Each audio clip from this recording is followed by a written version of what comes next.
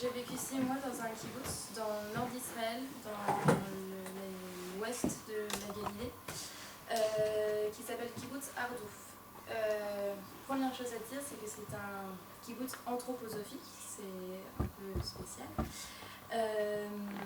Et vous pourrez poser des questions par rapport à l'anthroposophie à l'extérieur, mais vous n'aurez pas la même expérience, je pense, du kibbutz que ce kibbutz-là, parce que c'est un kibbutz qui se fonde sur une idéologie, une philosophie particulière.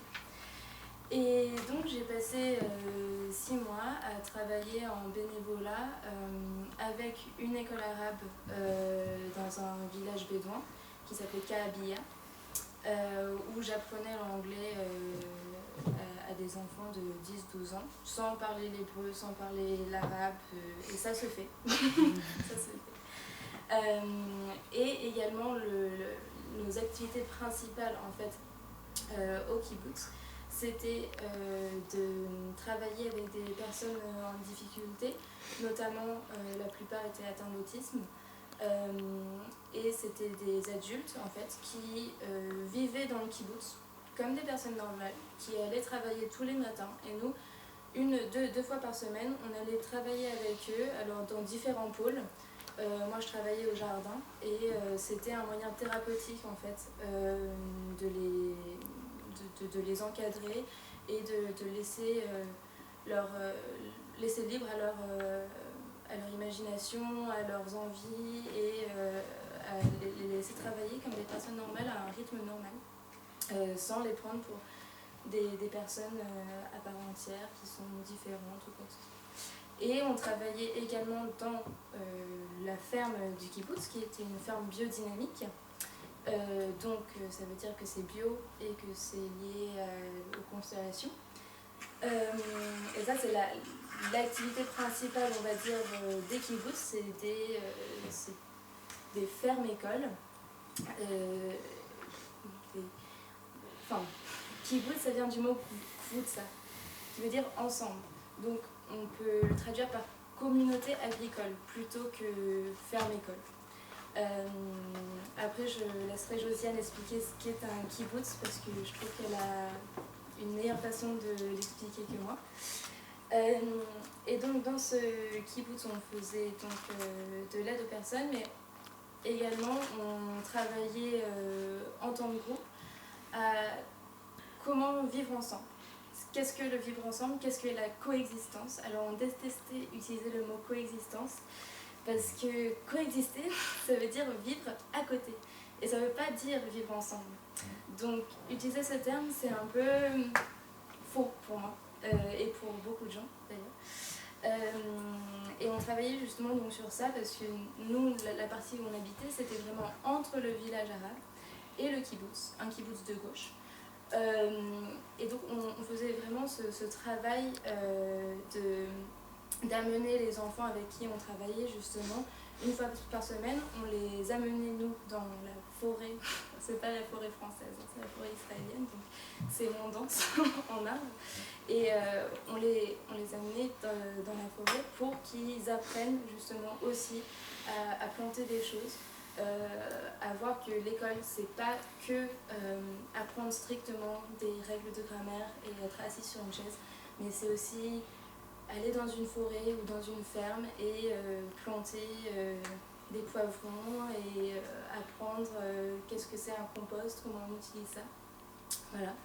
Et on faisait également du théâtre et des cours d'anthroposophie.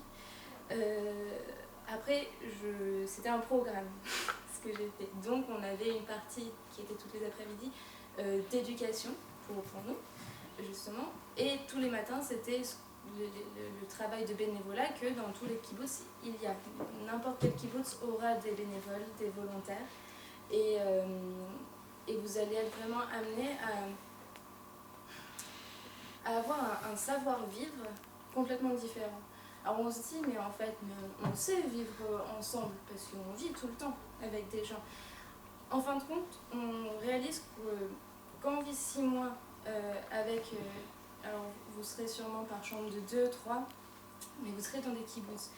Il faut participer à la vie communautaire. partager les tâches, c'est partager aussi ce qu'on ressent, partager en fait à peu près tout.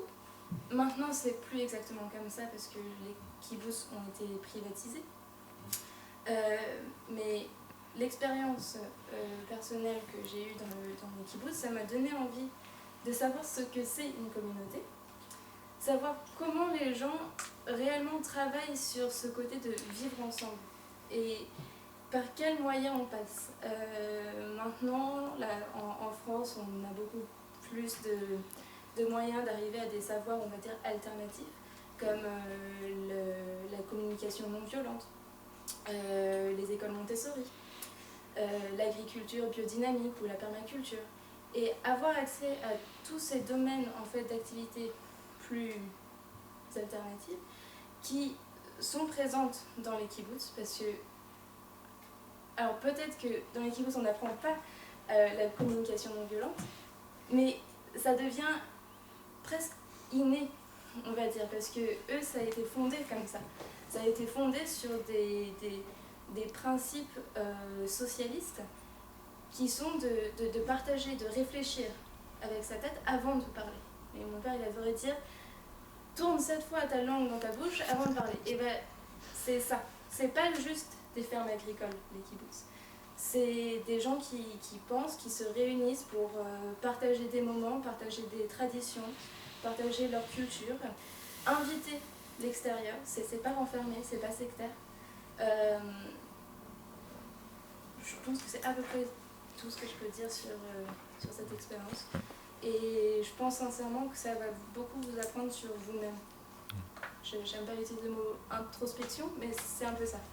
Prendre du recul, y aller avec un but, et c'est ce que j'adore avec le service civique, c'est que chaque service civique a quand même un but. Alors on peut se dire non, en fait, moi je suis arrivée là-bas en Israël, j'avais pas quoi faire, j'étais perdue, j'étais là, bon, on va voir qu'est-ce qui va se passer. Et en fin de compte, sans vraiment savoir ce qu'on veut, on a une quête.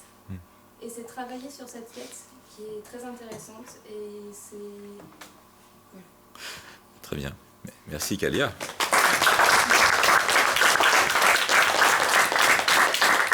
Alors Kalia, parce qu'elle a eu cette expérience dans les kibbutz, a choisi de faire un service civique en France avec nous, pour nous aider justement, pour aider Cieux, à mettre en place un programme où des Israéliens ayant vécu dans les kibbutz, des fils d'agriculteurs en fait, aimeraient venir dans une ferme au fin fond du Limousin, à Vic-sur-Breuil, voilà, domaine de combat notamment, et tu as fait ton service civique en partie là-bas pour nous aider à mettre en place effectivement un programme qui puisse convenir effectivement à des Israéliens, parce que c'est aussi ça le service civique, c'est aussi la réciprocité. Nous envoyons donc beaucoup de volontaires en service civique. Là, vous êtes 21, mais au total, la France envoie à peu près 60 volontaires en service civique, ce qui est beaucoup. On aimerait aussi recevoir, bien sûr, en France, des Israéliens et leur offrir les conditions qui puissent, bien sûr, être propices à leur propre épanouissement. Et une des conditions communes, en fait, c'est justement l'agriculture. Ils sont très forts en agriculture, les Israéliens. Ils ont de grandes technologies au niveau de l'agriculture et au niveau de l'écologie. Oui.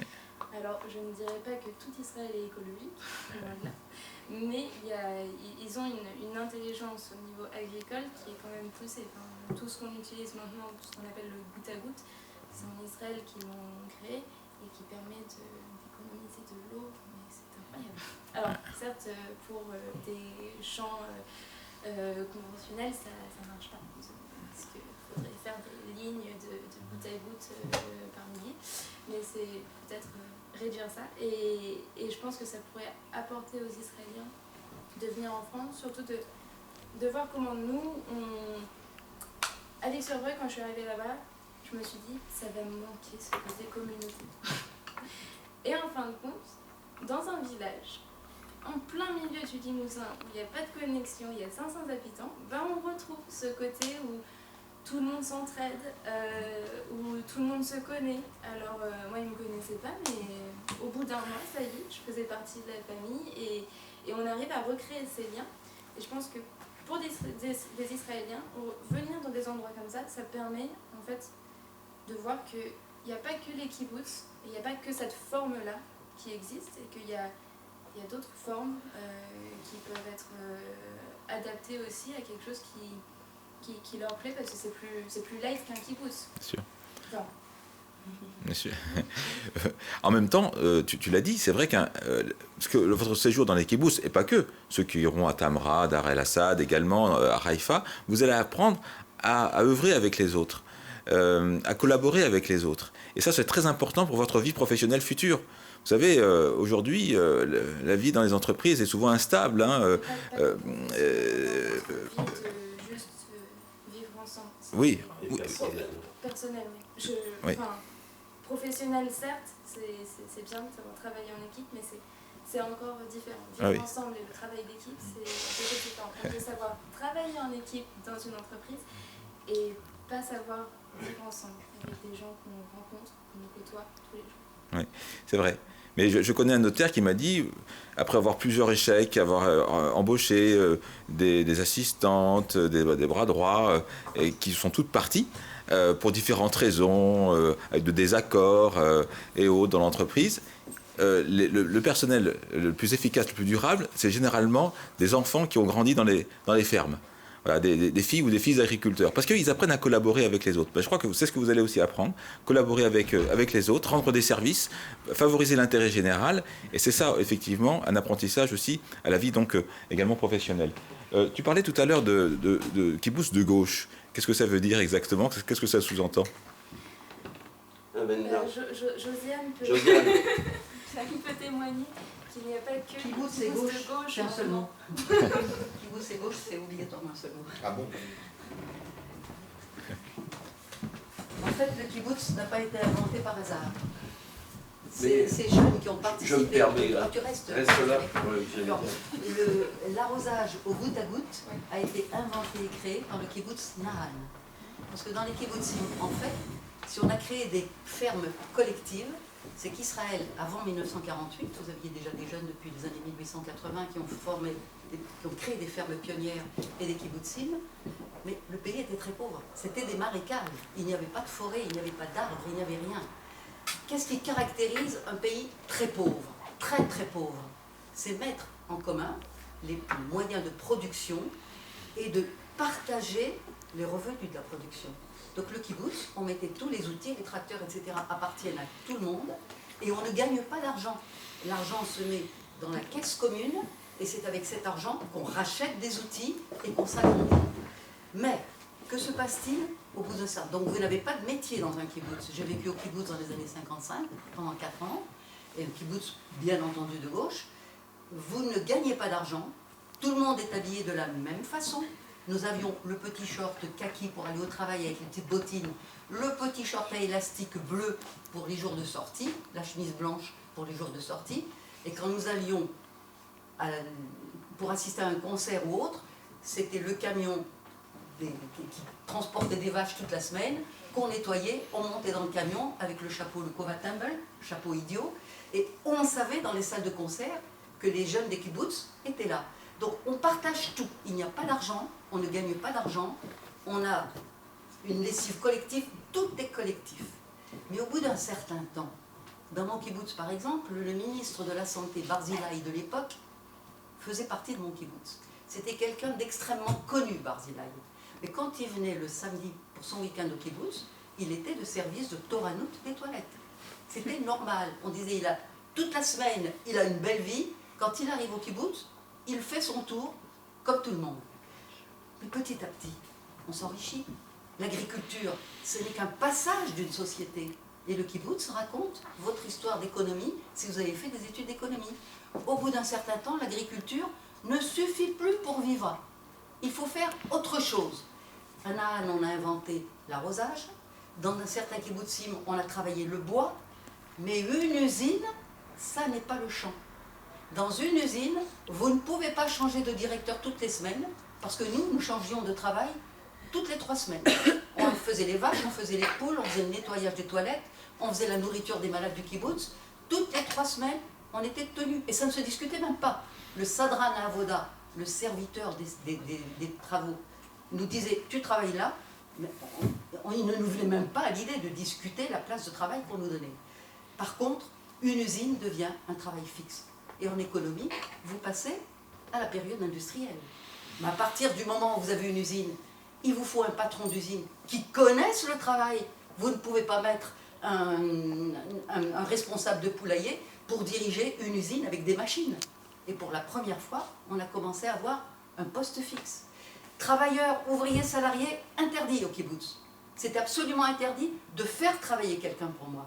Donc jusque dans les années 70, 75, 80, quand il y avait la vigne ou autre, eh bien, on n'avait pas de congé. On travaillait tous à la vigne, on travaillait tous au ramassage du maïs, c'était obligatoire. Quand vous avez une usine, eh bien, il vous faut des ouvriers qui connaissent le travail. Donc, pour la première fois, on a commencé dans les kibbutzim à employer des gens qui venaient de l'extérieur. Il faut les payer. Pour la première fois, on découvre qu'il y a des gens qui gagnent, des gens qui n'ont rien. Des gens qui partagent leur maison, qui mangent dans la salle à manger collective. Eh bien, c'est le passage de l'ère agricole à l'ère industrielle. Et petit à petit, cette ère industrielle, vous avez le directeur de l'usine du kibbutz qui prend conscience de son importance parce que maintenant, c'est lui qui rapporte de l'argent. L'agriculture permet au kibbutznikim de manger, mais pas de vivre, pas d'acheter des voitures, pas de renouveler le matériel.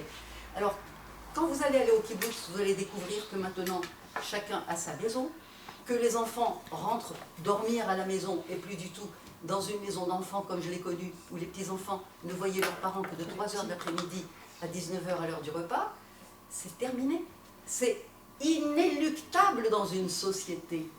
Il faut seulement savoir s'arrêter et ne pas passer de l'industrialisation au capitalisme que vous connaissez aujourd'hui, qui est une pure folie, puisqu'aujourd'hui, du coup, l'argent est devenu la valeur, ce n'est même plus le travail.